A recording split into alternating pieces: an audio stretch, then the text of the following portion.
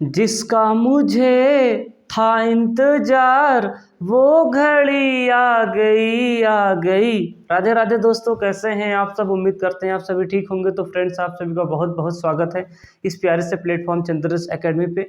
दोस्तों, जैसा कि आप सभी लोग जानते हैं कि आपका बोर्ड एग्जाम बहुत नज़दीक आ रहा है और आपके दिल की धड़कनें जो है बढ़ रही हैं। इसीलिए दोस्तों हमने लॉन्च किया सुपर 30 सीरीज। दोस्तों, सुपर 30 सीरीज में क्या है, हम लोग 30 ऐसे महत्वपूर्ण प्रश्न की बात करेंगे जो बार बार पूछे गए हैं, बार बार पूछे जाते हैं और इस बार भी पूछे जाने की बहुत ज़्यादा संभावनाएं हैं। तो दोस्तों, अगर आप भी चाहते हैं यूपी बोर्ड 2024 की केमिस्ट्री की खोपड़ी में छेद करना, तो इस वीडियो के एंड तक जरूर देखना, क्योंकि हम वही प्रश्न लेकर आए हैं जो डायरेक्ट आपके पेपर में पूछे जाएंगे। तो चलिए दोस्तों, वीडियो को शुरू करते हैं। दोस्तों, वीडियो में आगे बढ़ने से पहले मैं एक बात बताना चाहता हूं, अगर वीडियो को पूरा एंड तक देखना है, अगर जिंदगी में कुछ करना है, 90+ स्कोर करना है, तभी वीडियो को आगे देखना। अदरवाइज आधा अधूरा देखना है तो तुम छोड़ के बैक बटन दबाकर जाके आराम से चैन की नींद सो और इधर उधर वीडियो ढूंढो और तुमसे कुछ नहीं होगा। ठीक है भाई? अगर पूरा देखोगे, पूरा देखने का फायदा क्या है बेटा, अगर वीडियो को एंड तक देखोगे, पूरा देखोगे, तो मैंने सभी प्रश्नों के, जितने प्रश्न आपके संभावित प्रश्न है जो 2024 में पूछे जाते हैं, सबके उत्तर मैंने साफ साफ लिखा है, सबका आंसर मैंने साफ साफ लिखा है। तो मैं आपको समझाने वाला हूं। देखो, यहाँ पर मैं पूरा टॉपिक वाइज पढ़ा तो पाऊंगा नहीं, ठीक है, इसलिए मैं इंपॉर्टेंट क्वेश्चन लिखा हूं, उन प्रश्नों को मैं समझा दूंगा, उसका आंसर लिखा है, आपको उतना ही याद करके जाना है और उतना ही पेपर में लिख देना है। कभी कभी क्या होता है, ऐसे बहुत से बच्चे होते हैं जो आंसर देखते हैं, किताब से क्वेश्चन बैंक से आंसर याद करते हैं, लेकिन उनको समझ में नहीं आता कि किसी क्वेश्चन का कितना आंसर लिखें, क्योंकि बहुत डिटेल में लिखा रहता है। तो उन सभी समस्याओं को लेकर हम आए हैं, कितना उत्तर लिखना है, कितना सटीक आंसर लिखना है, सब कुछ मैंने इस वीडियो में बताया है। तो इसलिए वीडियो को एंड तक जरूर देखिएगा, बहुत मेहनत से मैं वीडियो को बनाया हूं। ठीक है भाई, बहुत टाइम लगा है, तो दोस्तों इस बात का ध्यान जरूर रखिएगा। तो चलिए अब वीडियो को स्टार्ट करते हैं और पढ़ना और कुछ सीखना शुरू करते हैं। प्यारे बच्चे, सबसे पहले हम बात करेंगे सभी बहुविकल्पीय प्रश्नों के बारे में। आपके पेपर में बहुविकल्पीय प्रश्न भी पूछेगा, लगभग 6-7 क्वेश्चन पूछेगा। तो आइए उन सभी प्रश्नों को देखते हैं और उसको समझते हैं। प्यारे बच्चे, पहला प्रश्न आपके स्क्रीन पे ये रहा। क्या है प्रश्न बच्चे? बोला है किसी भी इलेक्ट्रोड का इलेक्ट्रोड विभव निर्भर करता है। इलेक्ट्रोड विभव किसके ऊपर निर्भर करता है, इस चीज को आपको क्या करना है बेटा, बताना है। ठीक है, तो देखो यार, बोला है धातु की प्रकृति पर, विलयन की मोलरता पर, विलयन की ताप पर, ठीक है, विलयन के ताप पर, चौथा ऑप्शन दिया है इन सभी पर। ऑप्शन ए है, ठीक है बेटा, ये ऑप्शन ए है, ऑप्शन बी है, ऑप्शन सी है, ऑप्शन डी है। इन चारों में बताना है कि किसके ऊपर जो है आपका किसी भी इलेक्ट्रोड का इलेक्ट्रोड विभव निर्भर करता है। तो प्यारे बच्चे, इसमें सही आंसर है डी, इन सभी पर। ठीक है बच्चे, इन सभी पर जो होता है इलेक्ट्रोड विभव निर्भर करता है। इसको याद करके जरूर जाइएगा, संभावित प्रश्न है, हो सकता है 2024 में छप जाए। ठीक है बच्चे, स्क्रीनशॉट मारना, स्क्रीनशॉट मारो। आइए अगले प्रश्न पे आते हैं। ठीक है, सॉरी। तो अगला प्रश्न आपका है बेटा, अगला प्रश्न कह रहा है अर्ध सेल का इलेक्ट्रोड विभव निर्भर करता है। बेटा, अर्ध सेल का इलेक्ट्रोड विभव निर्भर करता है। कोई ऐसे वैसे प्रश्न नहीं है, बहुत एनालिसिस करके मैं वीडियो बना रहा हूं, इसलिए वीडियो को एंड तक जरूर देखना भाई।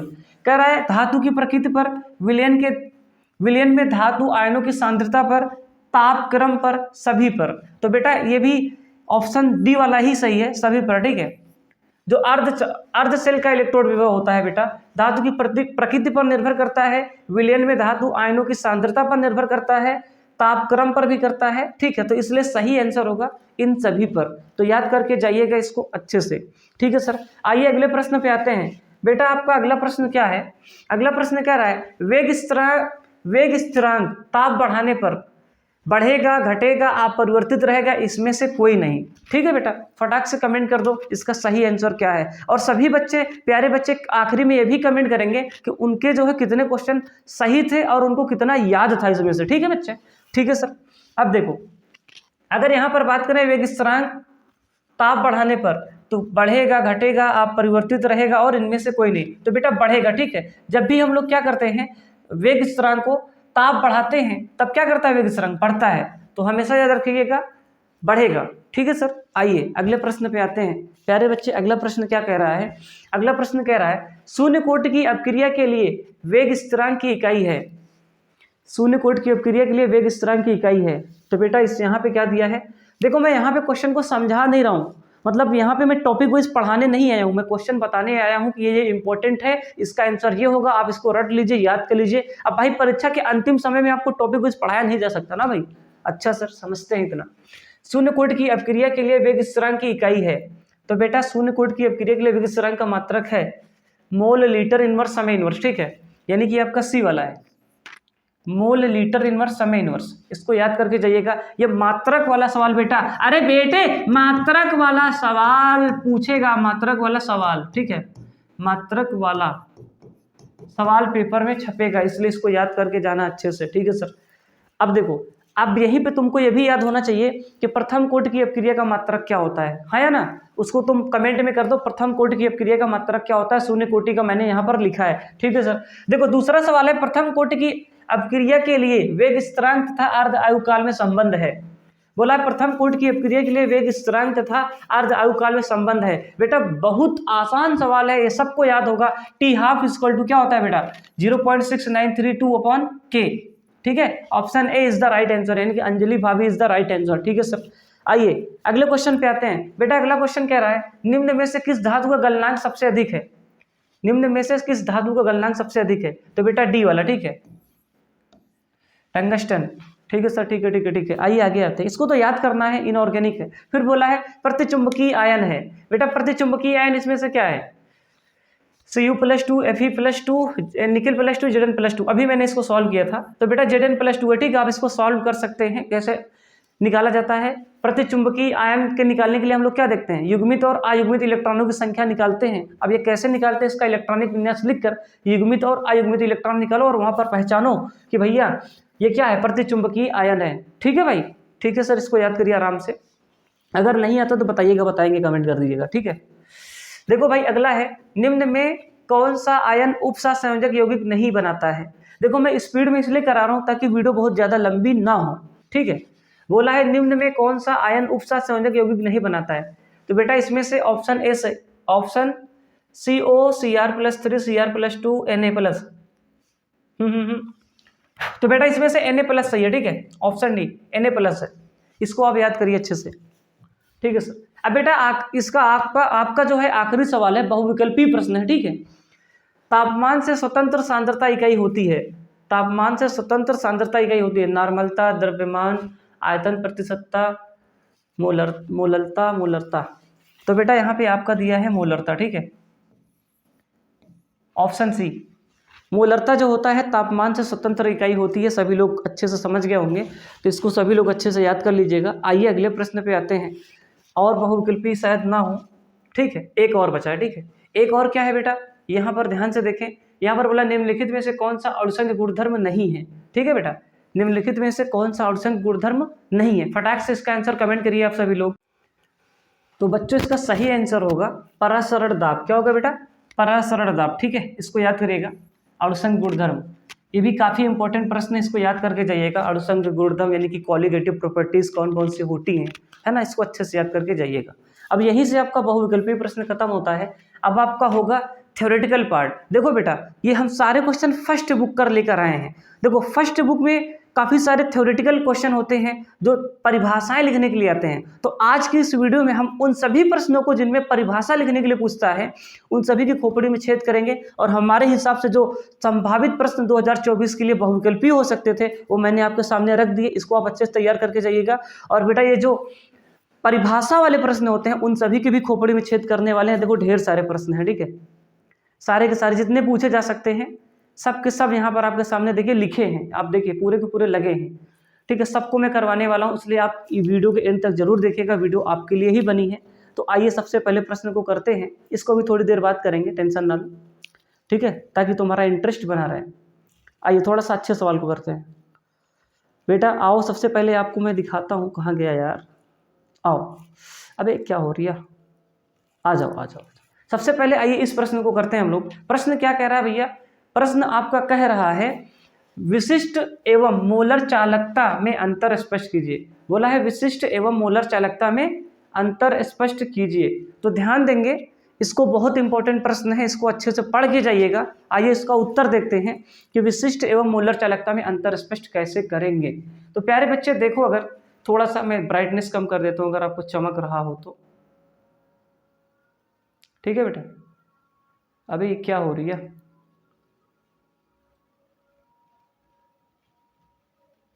ठीक है। अब देखो सही लग रहा होगा, ठीक है। अब ध्यान से देखो बेटा, क्या बोला है, विशिष्ट चालकता एवं मोलर चालकता। तो सबसे पहले हम लोग विशिष्ट चालकता को देख लेते हैं। तो प्यारे बच्चे देखो, विशिष्ट चालकता क्या होता है, विद्युत अपघटनी। बेटा इतना आपको उत्तर लिखना पड़ेगा, सर आप पहले से कहे लिख कर लाए हैं, आपको याद नहीं रहता क्या? सब याद है, लेकिन अभी यार पूरा लिखेंगे तो बहुत लंबी वीडियो हो जाएगी, तुम्हारे पास इतना समय नहीं है देखने के लिए, तुमको सिर्फ रट के याद करके जाना है पेपर में लिखने के लिए, ठीक है सर। तो जो लिखा है इसको पूरा आपको पेपर में लिखना है सही तरीके से, क्योंकि बच्चे कंफ्यूज रहते हैं कि पेपर में सर कितना लिखें। सबसे बड़ी समस्या तो यही है, क्योंकि हमको तो याद तो बहुत सारा है, ठीक है, लेकिन कितना आंसर लिखा, सटीक आंसर। तो बस आपको इतना ही लिखना, सीधा नंबर मिलेगा, पूरा एक भी नंबर माइनस में भी कटने का चांस नहीं है। तो बेटा देखो, विशिष्ट चालकता, विद्युत अपघटनी विलयन में, देखो विद्युत अपघटनी विलयन की प्रतिरोधकता के व्युत्क्रम को उसकी विशिष्ट चालकता कहते हैं। इसे कप्पा से, क्या बेटा, इसे कप्पा से, ठीक है, कप्पा से प्रदर्शित करते हैं या व्यक्त करते हैं, ठीक है। इतना आपको लिखना ही पड़ेगा, 2 लाइन, तभी नंबर मिलेगा। फिर क्या है, कप्पा इक्वल टू क्या होता है, सी गुणे में L by A, C multiply है, ठीक है, गुणा है, फिर एल बाई ए है। सी क्या है बेटा लिखना, फिर पेपर में लिखना पूरा, सी क्या है, जहां सी चालकता है, क्या है बेटा, चालकता है, और एल बाई ए क्या है, इतना क्या है, इतने को बोलेंगे सेल नियतांक। क्या बोलेंगे बेटा, सेल नियतांक। इतना लिखने के बाद इसके नीचे कॉपी में लिखना इसका कप्पा का मात्रक। किसका मात्रक बेटा, कप्पा का मात्रक। कप्पा का मात्रक क्या होता है बेटा, ओम इनवर्स सेंटीमीटर इनवर्स या सीमेंस सेंटीमीटर इनवर्स होता है। देखो फिर से देखो, ओम इनवर्स सेंटीमीटर इनवर्स या सीमेंस सेंटीमीटर इनवर्स, इन दोनों में से चाहे जो मात्रक लिखेगा, इन दोनों में से एक ही लिखेगा, आपको पूरा नंबर मिलने वाला है, ठीक है। तो विशिष्ट चालकता में आपको इतना लिखना पड़ेगा, तब आपको नंबर मिलेगा, ठीक है।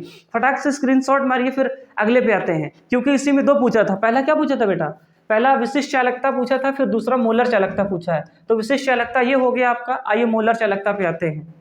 तो बेटा मोलर चालकता ये रहा। मोलर चालकता में क्या बोला है, इसकी परिभाषा देखो, बहुत अच्छी परिभाषा लिखी है आपके सामने। परिभाषा देखो बेटा, एक मोल विद्युत अपघट्ट को किसी विलयन में घोलने पर विलयन में उत्पन्न आयनों के कारण चालकता को क्या कहते हैं बेटा, मोलर चालकता कहते हैं। क्या कहते हैं, मोलर चालकता कहते हैं, ठीक है। इसे लैम्डा एम से प्रदर्शित करते हैं, ठीक है। किससे प्रदर्शित करते हैं, लैम्डा एम से, ऐसे इसको बेटा लैम्डा एम से प्रदर्शित करते हैं, ठीक है। लैम्डा एम बराबर एक फार्मूला होता है, कप्पा यानी कि कटप्पा गुणे में 1000 बटे में एम। एम क्या है, मोलरता है। क्या है बेटा, मोलरता है, ठीक है, ठीक है सर। अब देखो यहाँ पे जहां, क्योंकि तुम जानते हो इस चीज को, लेकिन पेपर वाले को दिखाना पड़ेगा कि कहाँ क्या है। तो लिखना lambda M equal to molar चालकता, एम इक्वल टू क्या है बेटा, विद्युत अपघट्ट की मोलरता, ठीक है, यानी कि मोलरता है सीधे सीधे कहना चाहो तो। और कटप्पा क्या है, कप्पा क्या है, विशिष्ट चालकता। कप्पा क्या है बच्चे, विशिष्ट चालकता। और इतना लिखने के बाद आप इसका मात्रक भी लिखना कि इसका मात्रक siemens centimetre square mole inverse होता है। इसको क्या बोलेंगे बेटा, सीमेंस। क्या बोलेंगे, सीमेंस। पढ़ना सीख लो, अगर बिल्कुल भी नहीं पढ़ो तो सीमेंस। इसको क्या बोलेंगे, सेंटीमीटर स्क्वायर मोल इनवर्स। ये मात्रक याद करके जाना, पेपर में लिख के आना, एकदम खतरनाक तरीके से नंबर पाओगे, ठीक है सर। स्क्रीनशॉट ले लो, फिर अगले प्रश्न पे आते हैं। रुकना नहीं है, थकना नहीं है, हारना नहीं है। ले लिए, ले लिए भाई, ठीक है ठीक है ठीक है। आ जाओ आ जाओ। जिसका मुझे था इंतजार वो घड़ी आ गई। आओ दूसरे प्रश्न पे आते हैं, ठीक है। आ जाओ आ जाओ आ जाओ। दूसरा प्रश्न आपका बेटा ये रहा। आ जाओ आ जाओ आ जाओ आ जाओ आ जाओ मेरे राजा, आ जाओ मेरे लल्ला, आ जाओ आ जाओ आ जाओ आ जाओ। बेटा ये रहा दूसरा प्रश्न आपका, ये रहा, ठीक है। इसको देखो, अबे कहाँ चला गया, ये रहा दूसरा प्रश्न। ये है मोलल अवनमन स्थिरांक KF क्या होता है, ठीक है। आपसे पूछा मोलल अवनमन स्थिरांक KF क्या होता है, ठीक है। KF क्या है, यही है, ठीक है। अभी आप समझ जाएंगे थोड़ी देर बाद। अगर इस तरह से क्वेश्चन पूछ ले तो आप कैसे लिखेंगे, बहुत ज्यादा संभावना है इस प्रश्न के पूछे जाने की। तो ध्यान से देखना बेटा, इसका आंसर कैसे लिखेंगे। देखो यार, मोलल अवनमन स्थिरांक को कैसे लिखना है, उसकी परिभाषा आपके सामने ये लिखी है। परिभाषा क्या है, परिभाषा लिखिए, किसी विलायक के 1000 ग्रामों में किसी वैद्युत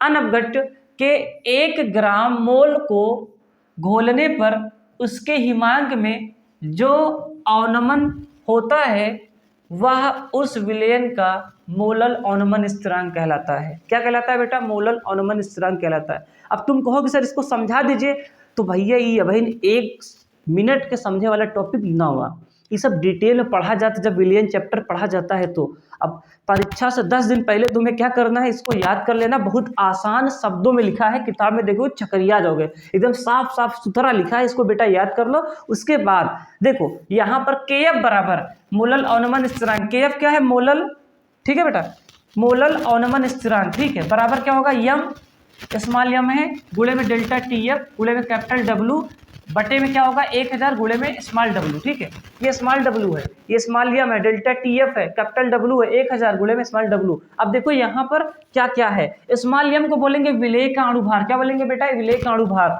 और बेटा स्मॉल W को बोलेंगे विलेय का भार, और कैपिटल W को क्या बोलेंगे? विलायक का भार, और डेल्टा TF को क्या बोलेंगे? हिमांक में अवनमन, क्या बोलेंगे? हिमांक में अवनमन, ठीक है सर, ठीक है। और मोलल अवनमन स्थिरांक क्या होता है? KF, KF क्या होता है? मोलल अवनमन स्थिरांक, ठीक है। इतना आपको पेपर में लिखना ही होगा अगर ये वाला क्वेश्चन पूछेगा तो, ठीक है। ये क्वेश्चन पूछेगा तो पेपर में आपको इतना आंसर लिखना है, इससे ज़्यादा कुछ भी नहीं लिखना है। बहुत किताब को जो है नरक कॉपी को एकदम से छीछा लेदर नहीं मचाना है, इतना साफ सुथरा लिखोगे तो अच्छा नंबर पाओगे, ठीक है सर, ठीक है। अब बेटा देखो दूसरा प्रश्न क्या कह रहा है, राउल्ट का वाष्प दाब अवनमन नियम को परिभाषित कीजिए तथा उसकी सीमाएं लिखिए। बेटा ये भी बहुत इंपॉर्टेंट प्रश्न है, 2024 में छप सकता है, तो इसको भी ध्यान से देखना। क्या बोला है? राउल्ट का वाष्प दाब, क्या बोला बेटा? राउल्ट का वाष्प दाब अवनमन नियम को परिभाषित कीजिए तथा उसकी सीमाएं लिखिए। मल्टीपल टाइम क्वेश्चन पूछा जा चुका है, इसलिए बहुत इंपॉर्टेंट हो जाता है। आंसर देखो कैसे लिखेंगे। सबसे पहले तो बेटा हमें राउल्ट का नियम लिखना है। क्या लिखना है? राउल्ट का नियम लिखना है। तो राउल्ट का नियम कैसे लिखेंगे, ध्यान से देखेंगे। इस नियम के अनुसार किसी विलायक में अवाष्पशील विलेय मिलाने पर, किसी विलायक में, जैसे जल में तुम क्या मिला दो? अवाष्पशील विलेय, पत्थर मिला दो, हाँ, मिलाने पर प्राप्त विलयन के वाष्प दाब का आपेक्षिक अवनमन उसमें उपस्थित विलेय पदार्थ के मोल प्रभाज के बराबर होता है। इतना साफ परिभाषा लिखा है, इतनी साफ सुथरी आसान भाषा में परिभाषा लिखा है, तुम याद कर सकते हो इजीली।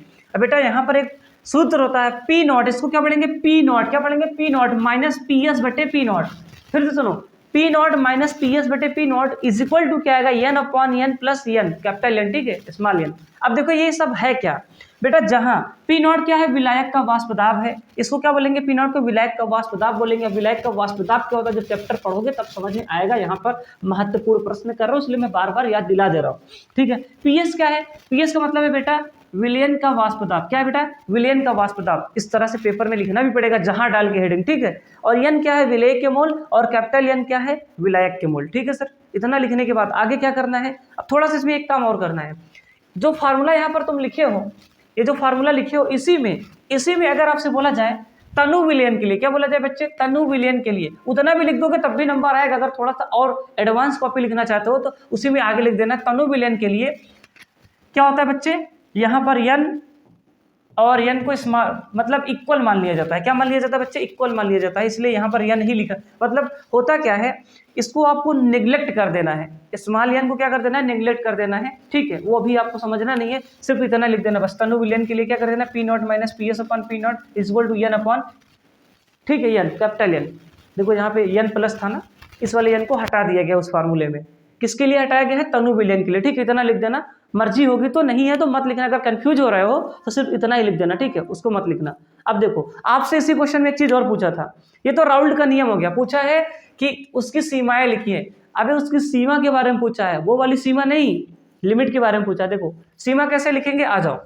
उतना लिखने के बाद सीमा भी तुम्हें लिखनी है। राउल्ट के नियम की सीमाएं, बेटा सीमाएं कैसे लिखेंगे? इधर देखो, पहले सीमा राउल्ट का नियम, क्या बेटा?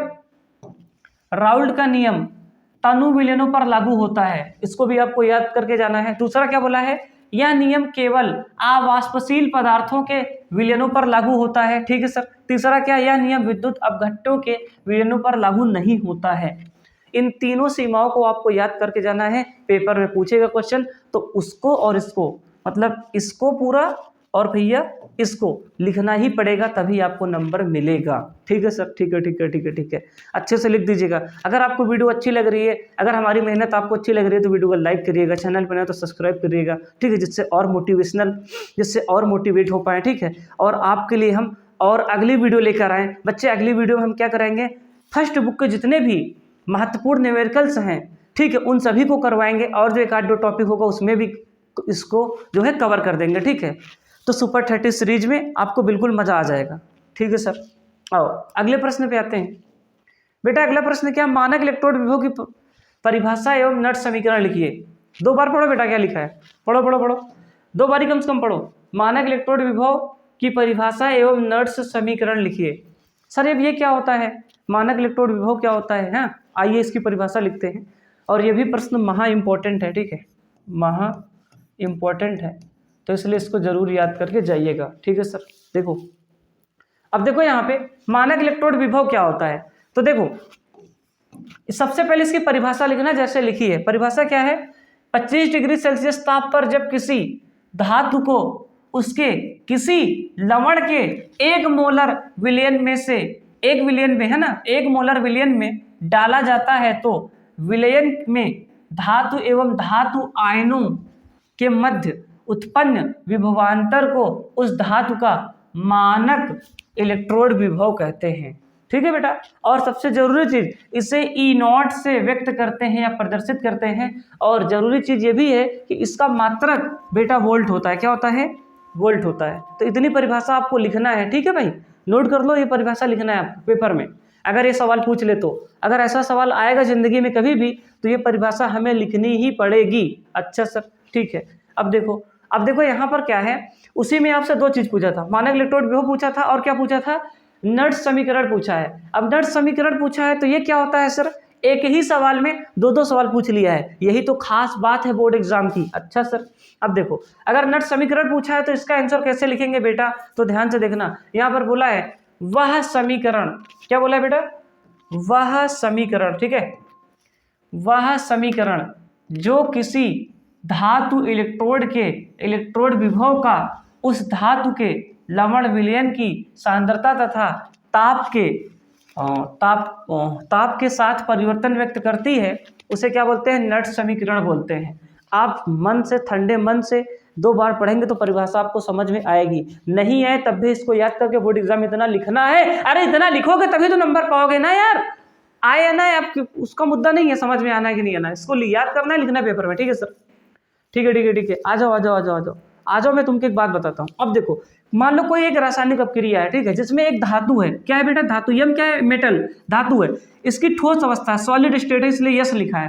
भैया इसमें से n इलेक्ट्रॉन निकल गए, कितने इलेक्ट्रॉन निकल गए, n इलेक्ट्रॉन निकल गए। ठीक है, अगर इलेक्ट्रॉन निकला तो आयन बन गया, आयन बना कि नहीं बना, तो बेटा इसको क्या बोलेंगे, ऑक्सीकरण हुआ है। क्या हुआ बेटा, यहाँ पे इसका ऑक्सीकरण हुआ है। ठीक है बेटा, ऑक्सीकरण हुआ है। अब देखो यही क्या कर लिया, यहाँ पर n इलेक्ट्रॉन को ग्रहण कर लिया। एक धातु आयन है, ये जो धातु आयन बना था, यही धातु आयन, ठीक है, इलेक्ट्रॉन को ग्रहण कर लिया। कितने इलेक्ट्रॉन को ग्रहण किया, n इलेक्ट्रॉन को बेटा, तो क्या बना लिया, यम सॉलिड बना दिया। ठीक है, ठोस बना लिया, कोई धातु सॉलिड बन गया। ठीक है, तो इसको बोलेंगे अपचयन। क्या बोलेंगे, अपचयन। ठीक है, अरे समझ लो, कोई दिक्कत की बात नहीं है, फिर से सुनो ठंडे दिमाग से। हमने कहा इधर आओ, रफली समझते हैं। एक धातु है, ठीक है, यम सॉलिड है, इससे हमने कहा n इलेक्ट्रॉन निकल गए, n इलेक्ट्रॉन निकल गया तो प्लस का चार्ज आएगा, n इलेक्ट्रॉन n चार्ज आ गया। ठीक है, अब इलेक्ट्रॉन निकल गया तो इस पर क्या लिखेंगे, एक्वस लिखेंगे। ठीक है, इसका n इलेक्ट्रॉन निकला था। ठीक है, अब मैं कहता हूँ यही धातु आयन है, यम n प्लस, ठीक है, एक्वस है। अब ये क्या कर लिया, n इलेक्ट्रॉन को ग्रहण कर लिया, n इलेक्ट्रॉन को ग्रहण कर लिया तो क्या हो जाएगा, यम सॉलिड हो जाएगा। ठीक है, ये चीज होता है। नहीं समझ में आता, कम दिमाग, इसको याद कर लो पूरा। ठीक है, इतना याद कर लो, ऐसे लिखा जाएगा। ठीक है, याद करने के बाद सर आगे क्या लिखना है, आगे बेटा आपको ये लिखना है। उसको लिखने के बाद फिर ये समीकरण लिखना है। क्या लिखना है, ई यम एन प्लस से यम और E naught M N plus से यम। तो इसको लिखेंगे इस तरह से, E naught M N plus M minus में 0.0591 upon N log base 10 1 upon M के पावर एन प्लस। ठीक है, ये आपका नट समीकरण है, इसको याद कर लेना। ठीक है भाई, यही आपका नट समीकरण है। अब यहां पर देखो, जहां ई यम एन प्लस से ई क्या है बच्चे, इसको क्या बोलेंगे, इसको बोलेंगे इलेक्ट्रोड विभव, और बेटा इसको क्या बोलेंगे, ई नॉट लग गया है तो इसको बोल देंगे मानक इलेक्ट्रोड विभव। ठीक है सर। अब बेटा यहाँ पर एन प्लस जो है इसको बोलेंगे धातु आयन की मोलर सांद्रता। क्या बोलेंगे बच्चे, धातु आयन की मोलर सांद्रता। इसमें मैं कुछ बहुत ज़्यादा समझा नहीं सकता, आपको इसको याद करना है। ठीक है, जब चैप्टर पढ़ाया जाता है तभी इसको समझाया जा सकता है। ठीक है सर, नहीं तो भी बहुत सारे सवाल हो सकते हैं आपके मन में। इसको नोट करिए, फिर अगले प्रश्न पे आते हैं। बेटा अगला प्रश्न आपका है, इसको तो करवा दिए ना, सबसे पहले इसी को करवाए थे। आ जाओ, ये हो गया। ठीक है ठीक है, राउल्ट का नियम हो गया, मानक इलेक्ट्रोड विभव हो गया। ठीक है बेटा, अगला सवाल आप ध्यान से देखिए। अगला सवाल आपका कह रहा है विद्युत रासायनिक श्रेणी क्या है, इसके दो अनुप्रयोग लिखिए। ठीक है, विद्युत रासायनिक श्रेणी क्या है, इसके दो अनुप्रयोग लिखिए। बहुत इंपॉर्टेंट प्रश्न है। सबसे खास बात यह है कि पिछले साल नहीं पूछा गया था, 2023 से पूछा नहीं गया था, हो सकता है इस बार टपक जाए आपके पेपर में, तो ध्यान दीजिएगा। विद्युत रासायनिक श्रेणी, देखो इसकी परिभाषा क्या है, तत्वों को मानक अपचयन विभव के बढ़ते हुए क्रम में या तो फिर घटते हुए क्रम में, ठीक है, आप घटते हुए क्रम में भी सेट कर सकते हैं, कोई दिक्कत की बात नहीं है, रखने पर जो श्रेणी प्राप्त होती है उसे हम लोग क्या बोलते हैं, विद्युत रासायनिक श्रेणी कहते हैं। ठीक है सर, कोई दिक्कत की बात नहीं है, छोटी सी परिभाषा है, इसको अच्छे से याद करिए। ठीक है, अब आइए, इसी में आपसे पूछा था, इसके अनुप्रयोग पूछा था। क्या पूछा था बच्चे, अनुप्रयोग। अनुप्रयोग कैसे लिखेंगे, तो देखो आपके सामने लिखा है, बहुत देखो यार, अब बहुत जल्दी बच्चे जज करने लगते हैं, लेकिन बेटा बहुत मेहनत से लिखा गया कंटेंट। ठीक है, इसको लिखने में या तो मैं टाइपिस्ट बुलाऊं, टाइप करवाऊं, या तो मैं खुद से लिखूं। ठीक है, मैं इसको खुद से लिखा हूं, है ना। अब ये पूरा थ्योरेटिकल, इसको मैं अगर पूरा लिखने बैठूं तो 4 घंटे की वीडियो ही हो जाएगी, तुम्हारा भी समय बर्बाद होगा, मेरा भी। इसलिए छोटी सी वीडियो में बहुत सटीक कंटेंट, बहुत परफेक्ट कंटेंट मैं आपके लिए लेकर आया हूँ। ठीक है सर, आइए अनुप्रयोग देखो, कम से कम 2 अनुप्रयोग आपको लिखना है। पहला अनुप्रयोग क्या है, धातुओं का धन विद्युतीय लक्षण। क्या है बेटा, धातुओं का धन विद्युतीय लक्षण। ध्यान से देखना, इस श्रेणी में कोई धातु अपने से ऊपर, इतना ये सब लिखना पड़ेगा बेटा, इस तरह से हेडिंग डालना, फिर इसको लिखना। बहुत छोटा, बहुत सटीक आंसर लेकर आए हैं तो टेंशन नहीं लेने का। इस श्रेणी में कोई धातु अपने से ऊपर स्थित धातु की अपेक्षा धनायन बनाने की अधिक प्रवृत्ति रखती है, अतः इसमें ऊपर से नीचे की ओर जाने पर धातुओं की धनायन बनाने की प्रवृत्ति बढ़ती है। ठीक है बेटा क्या होती है, धातुओं की धनायन बनाने की प्रवृत्ति बढ़ती है। फिर क्या लिखा है, अर्थात जिस धातु का मानक अपचयन विभव जितना अधिक होता है वह धातु उतनी ही अधिक क्या होती है बेटा, धन विद्युतीय होती है। ठीक है, इतना आपको सटीक आंसर पूरा लिखना ही पड़ेगा अगर अच्छा नंबर लेना चाहते हो तो, 90 प्लस रहना चाहते हो तो। ठीक है ठीक है सर, अच्छे से बेटा लिखिएगा तो आपको अच्छा नंबर मिलेगा। ठीक है, आ जाओ, एक और बोला था ना, 2 अनुप्रयोग बोला था, पहला आपने देख लिया, दूसरा देखो। दूसरा क्या बोला है, धातुओं की रासायनिक क्रियाशीलता। अब बेटा ये धातुओं की रासायनिक क्रियाशीलता क्या है, ये भी इसका एक अनुप्रयोग है। अब इसमें इतना आपको लिखना पड़ेगा, याद करना ही पड़ेगा। क्या लिखा है, धातुओं की क्रियाशीलता इलेक्ट्रॉन त्याग कर धनायन बनाने की प्रवृत्ति पर निर्भर करती है। धातुओं के मानक इलेक्ट्रोड विभव जलीय विलयन में धातुओं की इलेक्ट्रॉन त्याग करके धनायन बनाने की प्रवृत्ति को दर्शाता है। अर्थात जो तत्व जितना तेजी से इलेक्ट्रॉन त्याग कर धनायन बनाने की प्रवृत्ति रखता है वह उतना ही क्या होता है बच्चे, अधिक क्रियाशील होता है। क्या होता है बेटा, अधिक क्रियाशील होता है। ठीक है, तो आपको बेटे ये भी याद करना है, अच्छे से स्क्रीनशॉट ले लो, इतना पूरा सटीक आंसर साफ साफ लिखा है, इसको याद कर लीजिएगा। ठीक है बच्चे, ठीक है सर, अच्छे से नोट कर लो, फिर अगले प्रश्न पे आते हैं।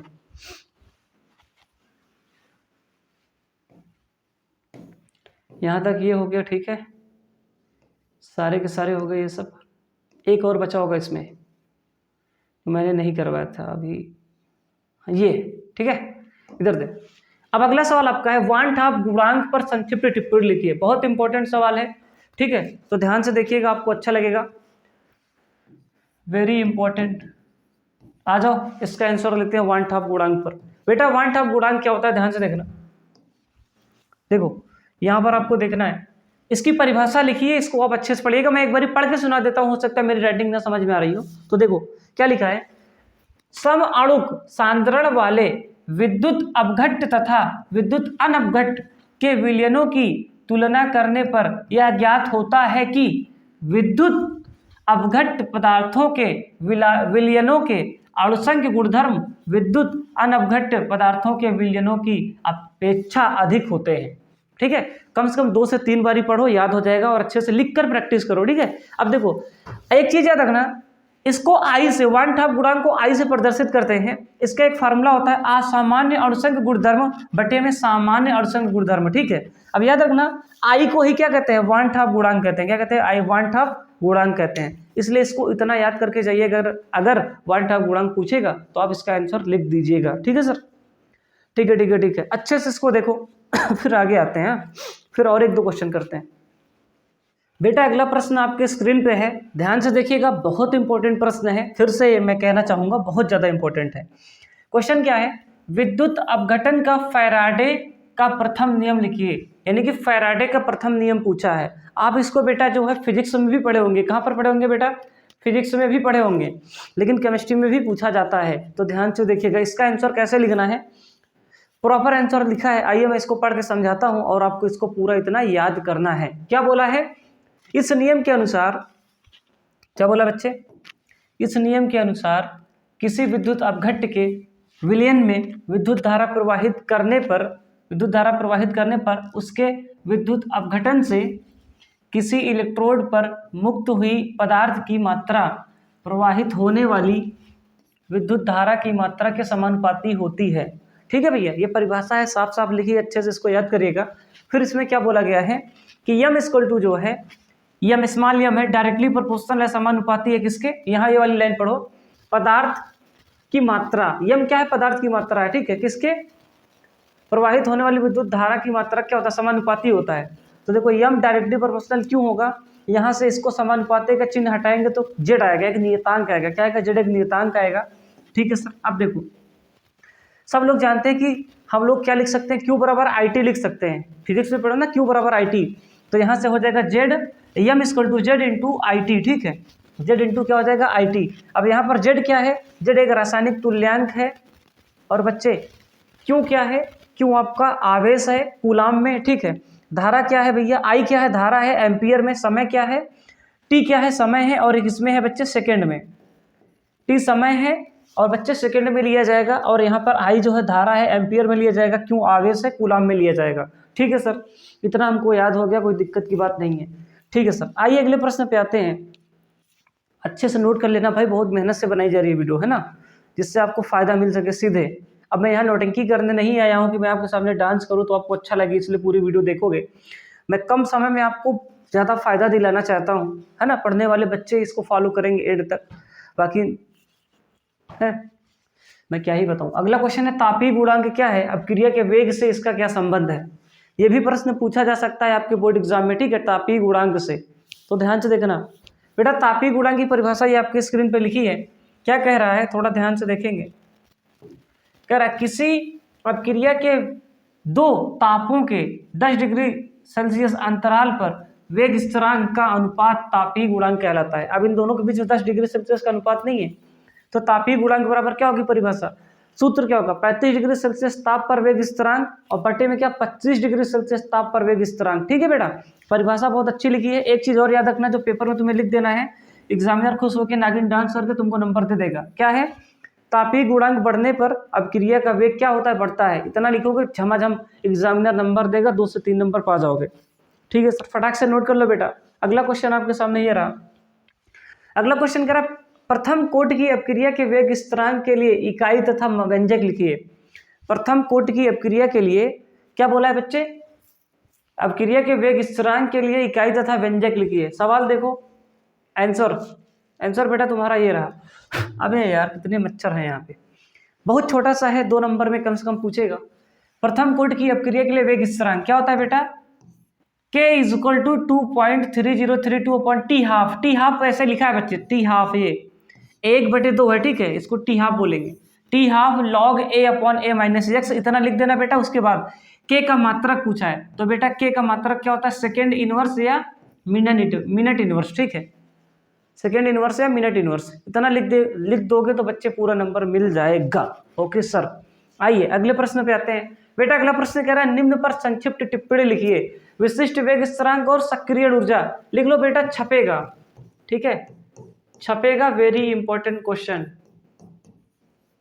ठीक है सर, आओ आंसर देखते हैं। बेटा सबसे पहले विशिष्ट वेग स्थिरांक देखते हैं। तो बेटा विशिष्ट वेग स्थिरांक का क्या होता है, देखो माना कि किसी रासायनिक अपक्रिया के किसी क्षण उसके अभिकारक का आणविक सांद्रण C है। क्या है बेटा, C है। ठीक है, C हो तो उस समय अपक्रिया का वेग dx/dt, अवकलन में पढ़ो ना, dx/dt उसके अभिकारक के सांद्रण के समानुपाती होता है। यानी कि कह रहा है कि जो dx/dt होता है समानुपाती होता है C के, सांद्रण है, ठीक है, सांद्रता है। अब यहां से इसको हटाएंगे तो k एक नियतांक आता है, dx/dt = k × C।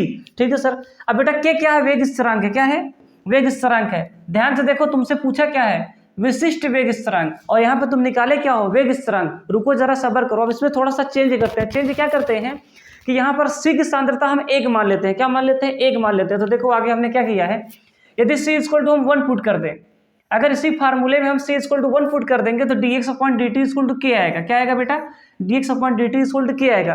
अब इस फार्मूले को बोला जाएगा विशिष्ट वेग स्थिरांक। क्या बोला जाएगा, विशिष्ट वेग स्थिरांक। अगर परिभाषा पूछेगी तो इतना लिखो, इतना लिखने के बाद इतना लिखो बेटा। ठीक है, इतना लिखने के बाद देखो, अगर हमें विशिष्ट वेग स्थिरांक की परिभाषा बनानी होगी तो क्या होगी, तो बेटा देखो स्थिर ताप पर क्या होगा, स्थिर ताप पर किसी, ठीक है, अभिकारक के इकाई सांद्रण पर अभिक्रिया के वेग उस अभिक्रिया का विशिष्ट वेग स्थिरांक कहलाता है। ठीक है, 2 बार पढ़ो समझ में आ जाएगा। फिर से पढ़ते हैं, स्थिर ताप पर अभिकारक के इकाई सांद्रण पर अभिक्रिया का वेग उस अभिक्रिया का विशिष्ट वेग स्थिरांक कहलाता है। इसी से रिलेटेड है, आप यहाँ तक भी लिख देंगे तब भी पूरा नंबर मिल जाएगा। बहुत शौक लगी है परिभाषा लिखने की तो इसको भी लिख देना। ठीक है सर, फटाक से नोट करो बेटा, फिर अगले क्वेश्चन पे आते हैं। अरे बोलो यार, मजा आ रहा है कि नहीं? अगर मजा आ रहा है तो वीडियो को लाइक कर दो, अगर लग रहा है कि अच्छा वीडियो बनाएगा तो वीडियो को शेयर कर दो, चैनल को सब्सक्राइब कर दो, आग की तरफ फैला दो। ठीक है सर, आ जाओ बेटा। अगला प्रश्न इसी में है, सक्रिय ऊर्जा, क्योंकि 2 प्रश्न पूछा था ना। अबे ये देखो भाई, तुमसे ये भी तो पूछा था, बोला था कि सक्रिय ऊर्जा और विशिष्ट वेग स्थिरांक। इसका आंसर हो गया। अब इसका आइए देखते हैं, सक्रिय ऊर्जा।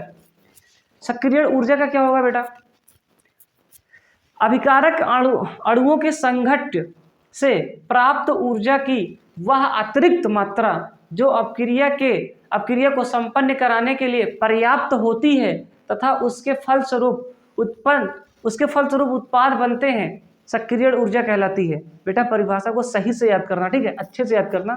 हो सकता है मैं एक आध बार बीच में अटक गया हूं तो तुम ये मत कहने लगे पहले खुद तो पढ़ना सीखो। बेटा जल्दी लगातार बोल रहे हैं, ठीक है, इसलिए। और काफ़ी देर से मैं लिख रहा हूँ, ये सब जो आंसर लिखा है तुम्हारे सामने फटाफट लिखा है बेटा, इसको लिखने में बहुत समय लगता है ना, लगभग 2 घंटे हो गए लिखते लिखते। ठीक है, कम से कम 3 से 4 घंटे की मेहनत होती है एक वीडियो में। ठीक है सर, ये परिभाषा हो गई। अब देखो आर्हेनियस, आगे इतना लिखने के बाद लिखना आर्हेनियस समीकरण द्वारा k = AE⁻−EA/RT, ये एक आर्हेनियस समीकरण है। ठीक है, इसको लिखना पड़ेगा बेटा। ठीक है, इसको लिख देना, फिर नए लाइन से लिख देना जहां, क्या लिखना है, जहां EA = सक्रिय ऊर्जा, R = गैस स्थिरांक, T = परम ताप। ठीक है बच्चे, इतना लिख देना बस, तभी आपका आंसर पूरा हो जाएगा, पूरा नंबर मिलेगा। ओके सर, इतना नोट कर लो भैया, स्क्रीनशॉट ले लो, फिर आगे आते हैं। अरे बोलो यार, क्या बात है, समझ में आ रहा है ना? Okay sir. अब देखो बेटा, अगला सवाल आपका है, अपक्रिया की आणविकता, क्या लिखा बेटा, आणविकता तथा कोटि में क्या अंतर है, उदाहरण देकर स्पष्ट कीजिए। बहुत ही इंपॉर्टेंट सवाल है, आंसर देखो बेटा, इसमें मैंने लिख दिया है। आइए पढ़ते हैं हम लोग, सभी लोग साथ में। क्या लिखा है बेटा, अपक्रिया की आणविकता सदैव एक पूर्ण संख्या होती है, जबकि अपक्रिया की कोटि भिन्नात्मक भी हो सकती है। ठीक है बच्चे, ठीक है सर। अपक्रिया की आणविकता कभी भी शून्य नहीं हो सकती, जबकि अपक्रिया की कोटि शून्य भी हो सकती है। 2 अंतर हो गए। ठीक है सर। किसी अपक्रिया की आणविकता और कोटि समान या भिन्नात्मक हो सकती है, 3 अंतर हो गए। चौथा क्या, अपक्रिया की आणविकता की व्याख्या उसकी क्रियाविधि द्वारा करते हैं, जबकि अपक्रिया की कोटि की व्याख्या हम प्रयोगों द्वारा करते हैं। मतलब जो अपक्रिया की कोटि होती है वो एक एक्सपेरिमेंटल क्वांटिटी होती है, हम लोग एक्सपेरिमेंट करके बताते हैं। ये चारों अंतर का स्क्रीनशॉट मारो, अच्छे से लिखो, बहुत साफ लिखा है, इसमें कोई पंचायत नहीं करनी, सिर्फ रटना है, याद करना है और पेपर में लिखना है। ठीक है सर। और बेटा इसका एक एग्जाम्पल भी है, यहाँ पर देखो, ये दोनों एग्जाम्पल को भी नोट कर लेना, उसमें लिख देना। ठीक है, जहाँ चौथा अंतर लिखे हो उसी के बाद इसको भी लिख देना। ठीक है, ओके सर, ओके। वीडियो लंबी हो रही है, अब आगे के प्रश्न का मैं आपको HW देता हूँ। आगे के क्वेश्चन जो है बेटा, इसको ये HW है, क्या है बेटा, HW खुद से करो, बहुत इंपॉर्टेंट है, हल्के मत लेना बेटा।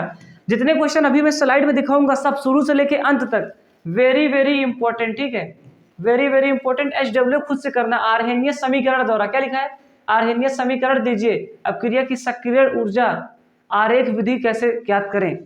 ठीक है बेटा, बहुत इंपॉर्टेंट सवाल है, 24 में छप सकता है, इसलिए नोट कर लेना। अगर आंसर ना लिख पाना तो कमेंट करना कि सर नेक्स्ट वीडियो में इसका पार्ट 2 लाइए, पार्ट 2 में इसको मैं करवा दूंगा, ठीक है बेटा। दूसरा क्या है, संक्रमण तत्वों की 3D श्रेणी का कौन सा तत्व बड़ी संख्या में ऑक्सीकरण अवस्था दर्शाते हैं। तो बेटा ये भी वेरी इंपॉर्टेंट क्वेश्चन है, आपके 2024 में पूछे जा सकता है। HW है, खुद से करना, ठीक है।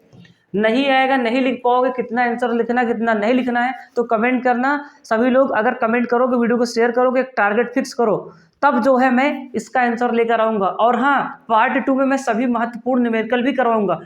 2 वीडियो सिर्फ दूंगा, एक ई वाली, एक और दे देंगे। पहली बुक सारी खत्म, ज्यादा झंझट और टेंशन लेने की जरूरत नहीं है, ठीक है, केमिस्ट्री में। Okay sir. तीसरा प्रश्न बेटा ये है, तीसरा प्रश्न क्या, संक्रमण तत्व क्या होते हैं, इनके चुंबकीय एवं उत्प्रेरकीय गुणों को समझाइए। ठीक है, संक्रमण तत्व क्या होते हैं, इनके चुंबकीय एवं उत्प्रेरकीय को समझाइए। Very important question. फिर से आंसर ना लिख पाना तो कमेंट करना, बता देंगे। अगला सवाल है आपका, लिगेंड क्या है तथा आवेश के आधार पर इन्हें किस प्रकार वर्गीकृत किया जा सकता है। 2 उदाहरण दीजिए। इसको भी अच्छे से याद कर लो बेटा।